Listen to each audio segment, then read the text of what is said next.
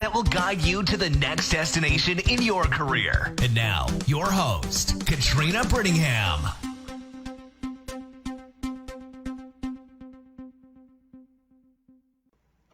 Hello. This is Katrina, your navigator on your road to success.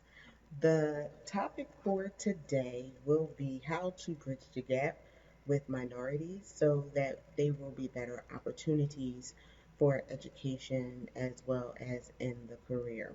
This has been a topic that has garnered a lot of discussion, particularly in the last couple of weeks, and that someone like myself who is in the career industry has um, come up against, and people have put me in conversations because I am a minority as well, who actually did get a lot of education. I talk about it all the time on the show, with me having two master's degrees and several certifications. And even with that, I have also experienced some inequalities and racism when it came to my career, and hit like a barrier to get to a certain level um, in my career. Not that I have not had any successes, which I do talk about how I've gotten to certain levels of success in my corporate career and now in my business. In my book, Why Not Me? Overcoming Insecurity to Gain Success. The problem is not that people cannot succeed. It makes it harder for us to reach certain levels, and there is outright barriers that keep you from getting to certain levels in your career when you are a minority, particularly the black and brown cultures, because we are seen in a certain light and seen in a certain way, even if we have a strong opinion on the job. I've heard people say that, especially with black women, that we're aggressive, and our counterparts can have the same level of tenacity, and they are not seen as aggressive or scary. And those are because of the biases that people have. But moving into this, number one, the first way to overcome this is to provide equal opportunities in education. There are certain things that I have gone through and that I have experienced that we as a group, a minority group, come into. When I was in school, we had magnet schools, we had magnet programs, things that would help us get to certain levels that I took advantage of, that my mother was really good at pushing, that both myself and my brother get into, and it allowed us opportunities that are not available right now. The same schools that were magnet programs are either closed or have been changed to charter schools, completely different schools. And so it left a gap in what we had available. And then you had the No Child Left Behind Act, which put a further gap where people were pushed through the system and they had not achieved the level of academic success that they should, to the point where you have colleges who will not accept students who appear to have excelled academically in their schools, because they found that when they had them come to the school, you could have had someone who had a straight A average. However, it does not amount out to the level of education of our counterparts. So people go to college and they fail. They go to college and they may have to take some remedial courses. I had some people, even when I was going, different programs, like the healthcare services and things like that, that were specialized programs in school, that when people went to college, they had to take remedial English class to learn how to write an academic paper, because it was not a part of the curriculum, because it was not a focus, because they were doing healthcare or they were doing some specialized program. And so the divide was not that great. Like they would take maybe a course or so to get themselves back together, but now the gap is so much bigger where someone may be graduating, but they only have maybe an eighth grade level of math or eighth grade level of reading or comprehension. And so, how to bury that divide or shrink that divide is to make sure that the level of education that's being provided in the inner city schools are the same as what is being taught in the suburbs. Because of this, friends of mine who went to public school and saw the decline of the educational system have moved out of the city and have moved into the suburban areas where the children will get a better level of education. However, even in this, there are some prejudices that take place in how our children are seen. So if our children are struggling, they're being put into courses. What do they call it? Courses that are considered for people who are slow learners, and they might not be a slow learner. They're just having an issue in a certain area, and so then now they're labeled and put into another type of program that will hinder their development. And so I've had friends who had to get private tutoring for their children to work on those areas in which they are low.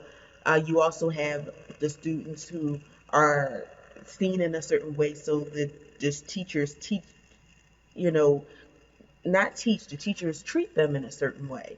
And so because they're being treated in a certain way, they don't have any drive to succeed or even be respectful of teachers because they are treating them poorly.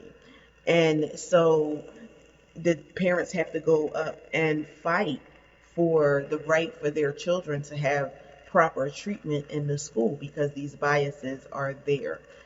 So I feel like teachers who have students that are minorities should have some type of bias training, ethical training, so they can get over those biases and see, you know, Sally Jane and Tanisha, and I'm just pulling out names, in the same manner, because if Sally Jane has an issue in school, they will put together a plan to help these students out. Whereas if it was Tanisha, it's like, oh, well, she's slow, she's just not getting it. And then they're being put into a plan. Also, if a child acts out, Sally Jane acts out. It's like, okay, this is not like Sally Jane. Let me see what's going on. Let me contact the parents. Whereas Tanisha could have had a family issue going on, a family member that became ill or whatever, and so now they have a behavior problem and they're acting out. They're being put on plans where it's like, oh, well, they're a behavioral problem. And so the things that are written up for them is different, and it causes things to happen, and it causes them to be put into a different type of system and category. And so now where you know both students may need some form of counseling and support, the one person would get counseling and support from a therapist or a school counselor, whereas the minority student will just be written up as a behavior problem and written up to be put out of the school because they did not want them in the school to begin with. And these are real issues. It is not something made up. Even when I was in school, I had certain teachers who would treat me in a different way than other students and things like that. And I was not a behavioral problem at all when I was in school, but it was seen that way. And my mother had to keep taking off of work to come in to resolve problems just because I had teachers who just, for whatever reason, on site just did not like me. And this was even in a situation where, like, my mother thought that I would have a good experience because this teacher had my brother prior and really adored him. But when it came to me, it was just something, and wound up having a violent experience with the teacher manhandling me during a recess type situation when we coming back from recess. I didn't say anything because I'm the child thinking, okay, I did something wrong. But what happened is my aunt happened to be taking one of my cousins to preschool or kindergarten or something like that at the time. And she saw the event and told my mother. And so then my mother asked me what was going on. And I, was so scared because I'm like, okay, I'm going to get in trouble. And she's like, you're not in trouble. Just tell me what happened. So I explained the situation to my mother, and my mother, being who she is, handled the situation. And I wound up being taken out of that teacher's class and was able to move on academically. Um, some parents are not in that state where they can take off of work the way my mother was able to take off of work. And so students kind of get lost in the shuffle. So that's where it comes to that when it comes to the achievement gap. So, also we have a thing where schooling is paid for by property taxes. And if you are in a poor area, your schooling or your schools are getting less funding than in the suburbanite areas where taxes are higher. I happen to live in a suburbanite area, and the taxes are high here, and they have a lot more things. They have support programs, they have arts, they have music, they have plays, they have all kinds of things that are put together that are not available in the urban communities. It was one of the reasons why I moved into an urban community, as well as at one point I was trying to use my education to teach in the urban setting because I came out of the urban setting. And when I found out how they were viewing our students, viewing the population that they're working for, and the unwillingness to be someone who does after school programs and things like that to help people, I moved out of the urban area that I was born and raised in and educated in, because I just did not want my children to be seen the way they were projecting the students and the children and the parents in the area. They gave an article for a city that was not even ours that was talking about how inner city parents would work 3 jobs to buy a car, but would not care about their children. And coming from that area, and it's funny because it was me and I had a white counterpart. We both were in the urban area, and we both was like, well, no, that's not the case. Like, our parents worked hard to get us through school. And what happened is they wound up pulling us into separate. It was first a group interview. They pulled us into separate individual interviews, and both of us had the same experience where we knew that we were not going to be hired when they were asking us how we would handle when it was not enough books to go around for every student, or the books were old. How would we compensate in the lesson?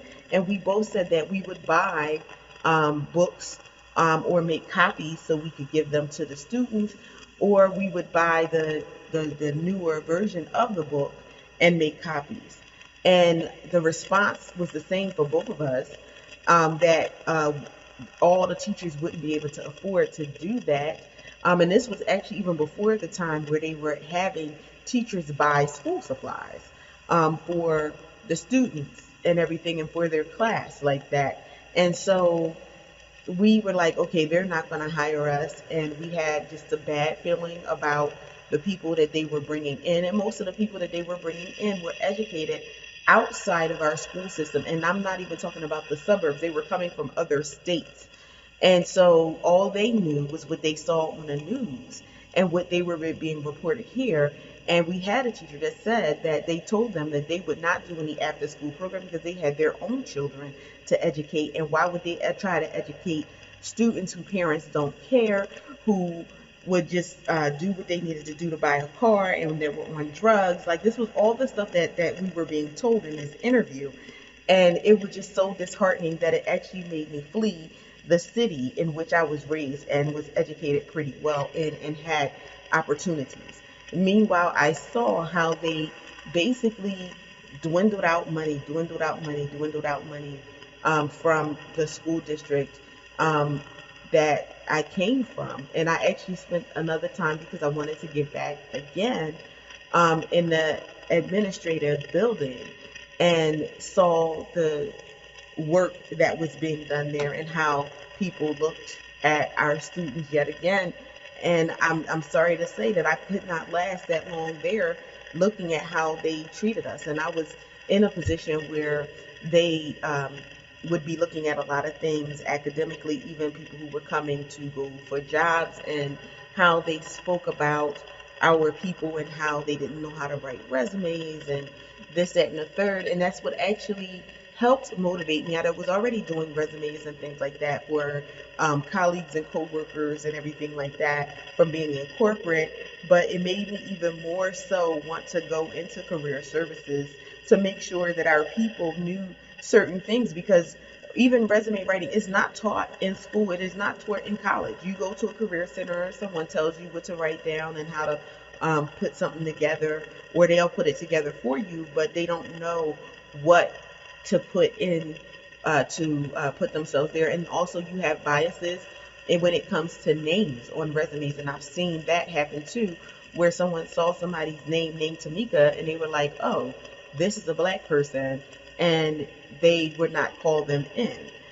Whereas someone like myself, I've experienced the prejudice on the other side because my name is Katrina. My last name is Brittingham, which is a Dutch Irish name. And people thought that they were getting someone who was not a minority. And I would walk in the door and I would see people turn 10 shades of red because I was walking in for this opportunity. This was coupled with the fact that I did have a strong academic background, had several degrees, had a strong work history as well. And so I walk in the door and they see me, and I'm a brown skin. I'm a very brown skin girl, and everything like that. So it's not like I was a shade that could pass for something else. And so they would, find a way to scooch me out the door, and I knew I would not get that job. The first time I experienced something like that, it was very daunting to me because I had few, if any, experiences with prejudice at that point. My mother worked at a hospital in a white neighborhood. There was a lot of white people there, and they treated me very well. I was under the assumption up until this point that racism was dead, and this was somewhere in the 90s. But it was not. I just realized that I had been sheltered from that sort of bias.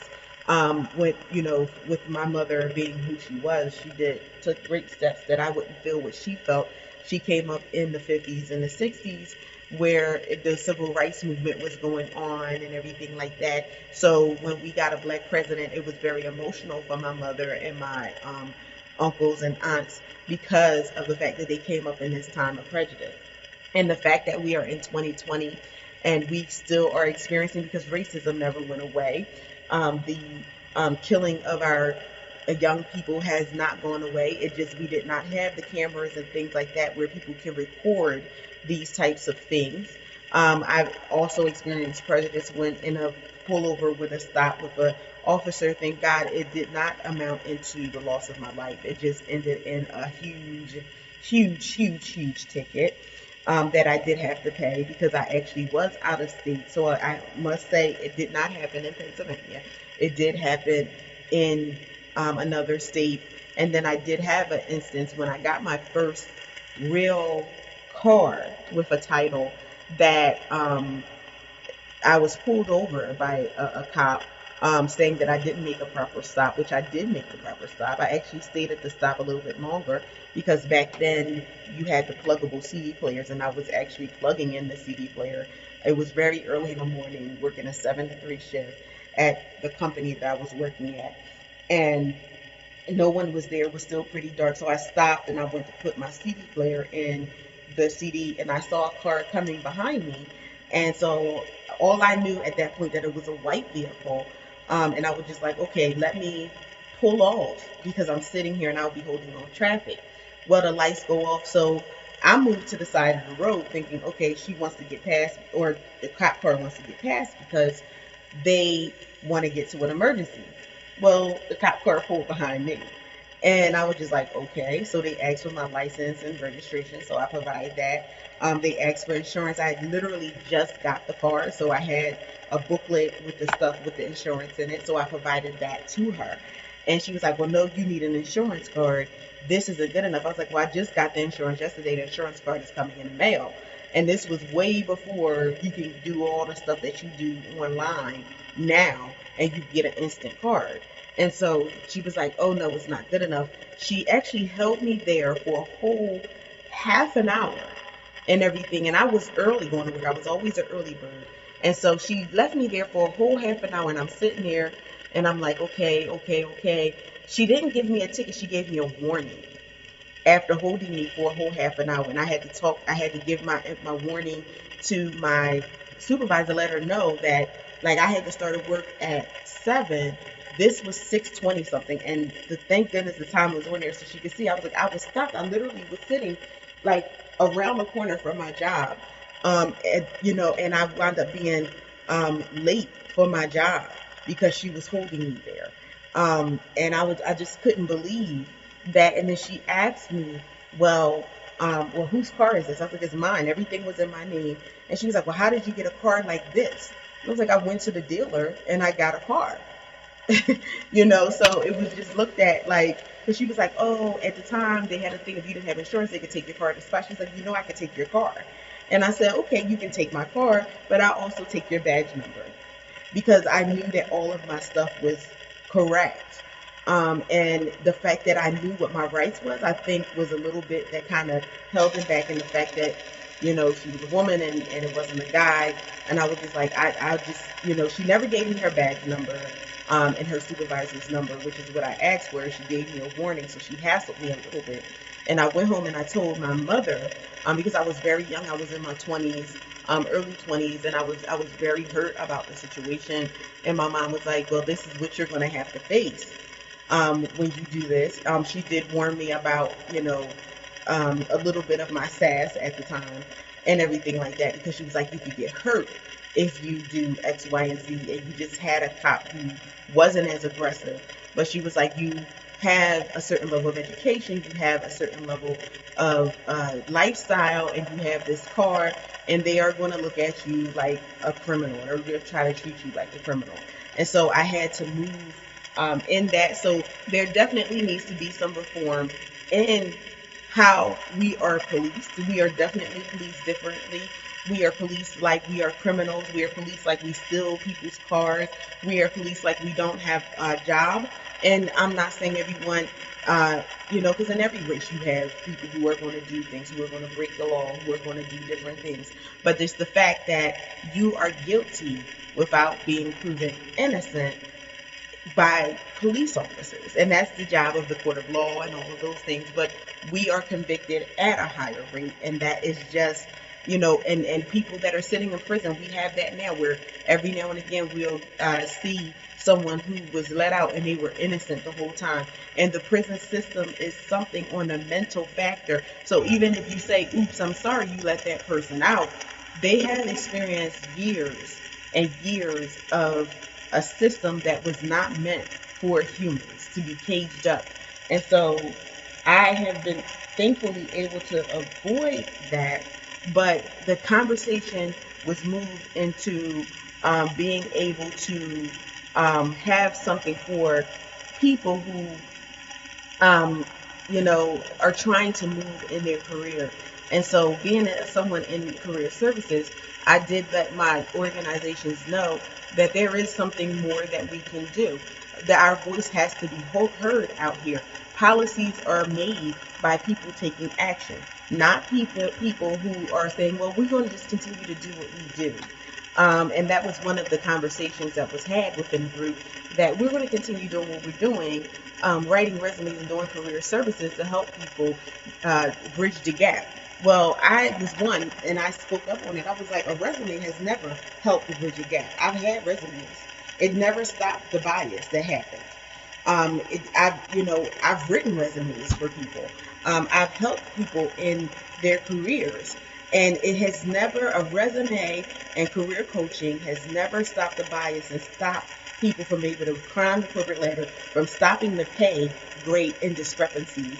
I found myself, I wasn't making a little bit of money in corporate. I was making a pretty decent living. However, I was making under what I was supposed to, which after years of looking, I've had recruiters tell me that I was grossly underpaid for what I did, and they knew that I had done what I had done and everything like that. And so there were certain jobs they couldn't even put me up for because my pay grade was so low. And at the time, they had to give the salary history. So they was like, you might get hired. But they was like, they did not feel comfortable with me going for this job and being underpaid and the salary that they were going to give me. So I was recommended to find a job that was higher in pay and then come back later, which eventually I did find a job that was higher in pay. But even when I went back for the levels that I moved up to, I had a mentor who was also a director, and she was a minority as well. But well, I'm not going to even go there with that. But again, she was trying to advocate for me to get a the salary that I deserved, and it did not work out well because she let me know that there were people, she had just hired 2 people out of undergraduate, recent graduates, that were making the same amount as me, but they were white and I was not. Um, I am going to mention it because there are biases within our own race and even outside the culture. People who are lighter skinned, and she was very, very fair skinned, and she had long hair. And she was a hard worker. I will give you that. I'm not saying that she wasn't, but certain opportunities were afforded to her because of that. But unfortunately, she did take a couple hits because she was trying to push me, and then she had to kind of stop that, and they kind of moved me away from her to get, where she is. So, you know, later I had a phone call from this individual with an apology and everything like that, and you know, with explanations of certain things that she could explain now that she was outside of the organization, and it was very hurtful and everything. The apology was nice, but it was hurtful because what I thought was going on was actually was going on, and that was the implicit bias that is not just in the policing system, it's in the whole system. And with someone who has an education, who's worked hard, who was the go-to person, who was saving the company hundreds of millions of dollars, building up companies, filling in gaps in processes, who did an outstanding job doing the job that they did and still could not get the pay that I was supposed to get just because of the color of my skin was just, so daunting to me. And even in business, when you go for business deals, there are certain deals that you will not get, or certain groups that will not let you in, that will have a smile on their face, but you can feel the energy that they don't really want you there, or they don't want to help you get to the level and where you need to be. And so, I've experienced that, but then I've also experienced a group of people who were not of my race who really helped me. I've sat in a room with millionaires who let me know you're going to be great, and gave me some tips and techniques for my business that did bring my business up to where it is today. So having those true conversations with people and letting them know what they need to do to get where they need to be is really important. And I'm not saying that you necessarily share that with everybody, because I found even in dealing in my business, there were certain people that I could not share certain things with because they simply were not ready for those conversations. And so when you are looking at those certain things, there is definitely some things that you can do to bridge the gap. I am looking for what your opinion is on this. If you are listening to me on Facebook, you can like me. If you are listening to me on, um, um, oh my goodness, why can't I think of it? YouTube, then you can subscribe and share. If you are listening to me on LinkedIn, you can connect with me. And I would really love to hear your conversations on this and your opinions on this and what can be done to bridge the gap within our country and world with the break and the biases that happens with minorities in this country. I thank you for listening. I do want to mention that we are having a conference October 30th and 31st. It will be a virtual conference with everything that's going in with COVID-19, and it is for people who are trying to start businesses or people who are in business that want to grow their business and thrive in business, or people who found that they have process gaps in their business. And it is October 30th and 31st, and more information will be given as we get closer to that time. The website to register, because registration is open, is www.executivegps.com. That is www.executivegps.com. And I thank you for listening, and I will see you next week, travelers on your road to success. Thank you for tuning in to Career GPS. Join us next Wednesday for more insights from career experts and thought leaders from around the globe who will help you reach the next destination in your career. To be a guest on the show, contact us at info@ventureready.net or call us at 888-712-4956.